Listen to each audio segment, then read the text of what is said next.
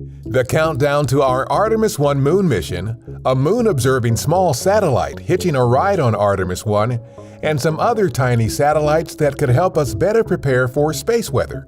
A few of the stories to tell you about this week at NASA.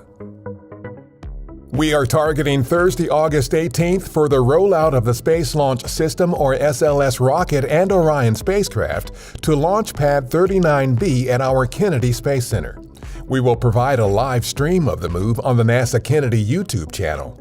The SLS and Orion are targeted for a no earlier than Monday, August 29th liftoff on the uncrewed Artemis 1 test flight around the Moon and back.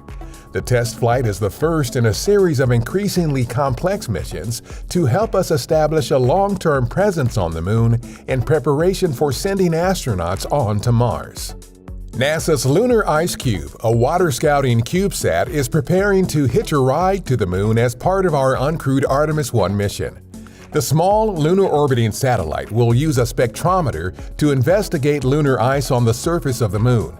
Scientists are interested in the absorption and release of water from the Moon's rocky and dusty surface, or regolith. Lunar Ice Cube will also study the exosphere, a very thin atmosphere-like volume surrounding the Moon.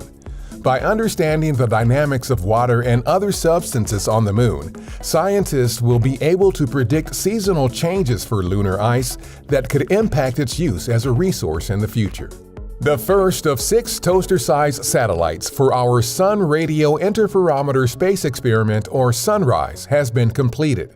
The tiny satellites will combine to form a 6-mile-wide telescope in space, capable of detecting bursts of radio waves from the Sun's superheated atmosphere known as the corona. SUNRISE will help scientists better understand explosive space weather events.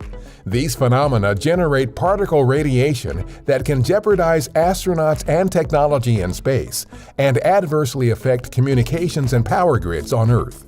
SUNRISE is targeted for launch in 2024. On August 11th, we transferred ownership and operational control of the Earth-observing Landsat 9 satellite to the U.S. Geological Survey, or USGS. Landsat 9 is the most recent in the Landsat series of remote sensing satellites, which provide global coverage of landscape changes on our home planet. The Landsat program, a joint effort between NASA and the USGS, recently marked 50 years of continuous service observing Earth from space. Seeing Earth from space with your own eyes is a unique experience. But this recently released ultra-high-definition video might just be the next best thing.